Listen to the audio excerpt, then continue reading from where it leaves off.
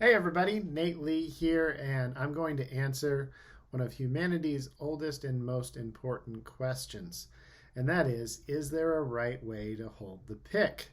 By the way, the pick I'm holding I'm really excited about. This is the new Tone Slabs from Frank Sullivan.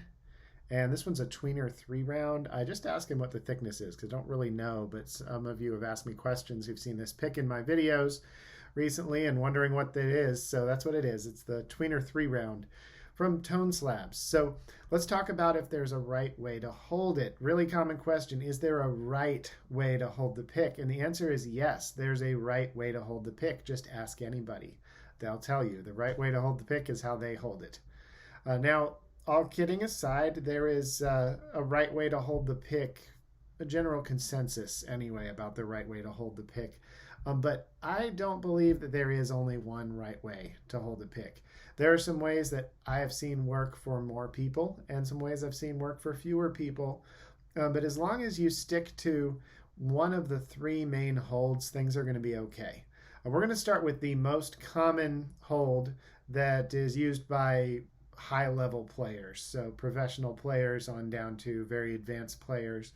The vast majority of them are going to hold their pick like this. And I'm just going to show you a little bit better using the comically large mandolin pick. So the way this hold works is that you take your hand, your right hand if you're a right-handed picker, or your left hand if you're not, but I'm going to say right hand because that's what I'm used to. Also, there's pretty good evidence that the hand doesn't actually matter that much in the mandolin.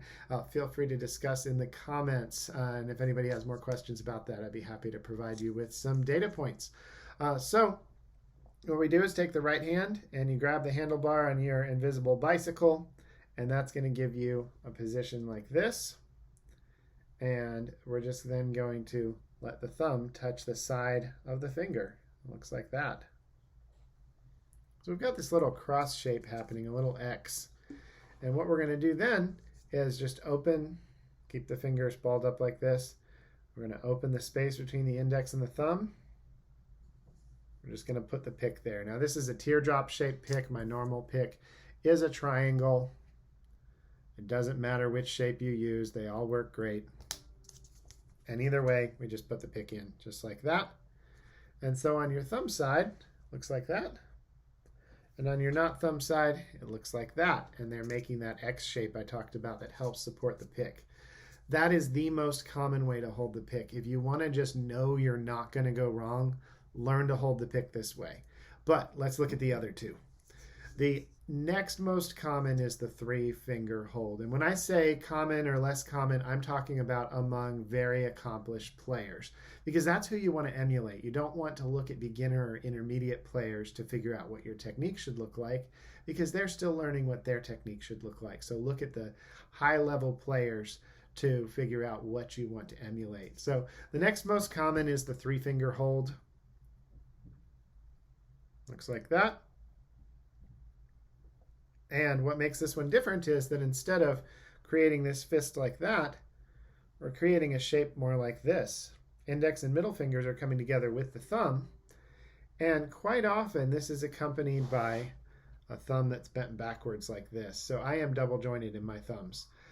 John Reichman is famously known for having a double jointed right thumb, and because of that is able to use what some would call a backward angle, where the pick is angled back this way, where most people would play with it angled this way. But John plays with it back this way because his thumb is double jointed and he can.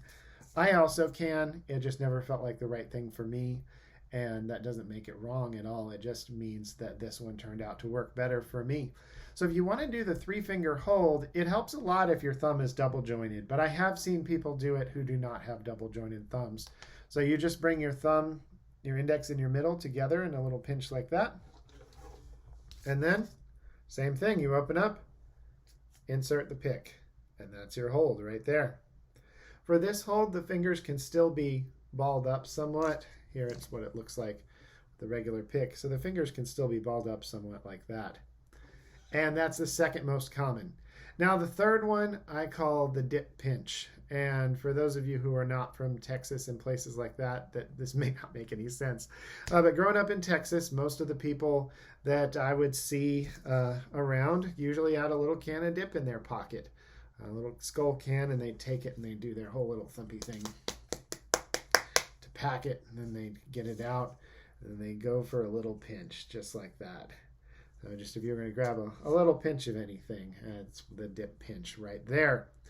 And then they'd spit a lot. I wasn't a fan of that part.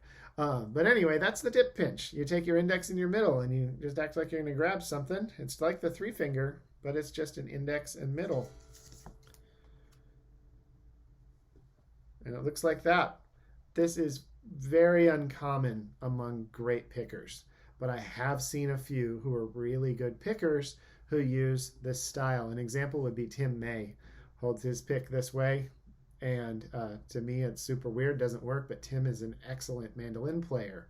So for him it obviously does work. So that's the third most common. Outside of that, I've never seen a pick hold that I thought was good for anything related to bluegrass or any of the other styles that I've played or even dabbled in. I haven't seen a pick hold other than that works well. And really, I've never seen a great player who uses anything but those 3 versions I just went over. So the question is, how do you decide what you're going to do? I recommend you play the odds. A vast majority of great players use this hold right here. That hold. That first one that I went over. If you want to have the best chance of being really good, do what the most really good players do. And that's to hold their pick like this. And then looking at the less common holds, you can then say, all right, if that one just doesn't seem like what you want to do for whatever reason, maybe you want to emulate John Reichman, then you know John and some other players are very, very good, that it can be done doing it that way. And then you can learn to do it the way John does. And then, like I mentioned, the third most common of the good workable pick holds is this one, and there are even less really good players that do it.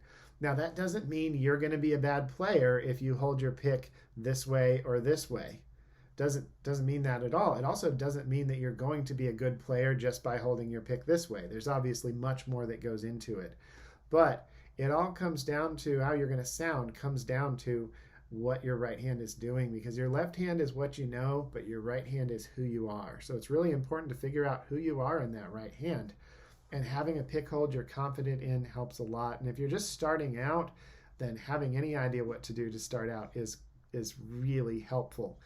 If you've realized that you are not using the pick hold you think you should be using and you want to change, don't change cold turkey. Don't change this afternoon and just try to do that from now on.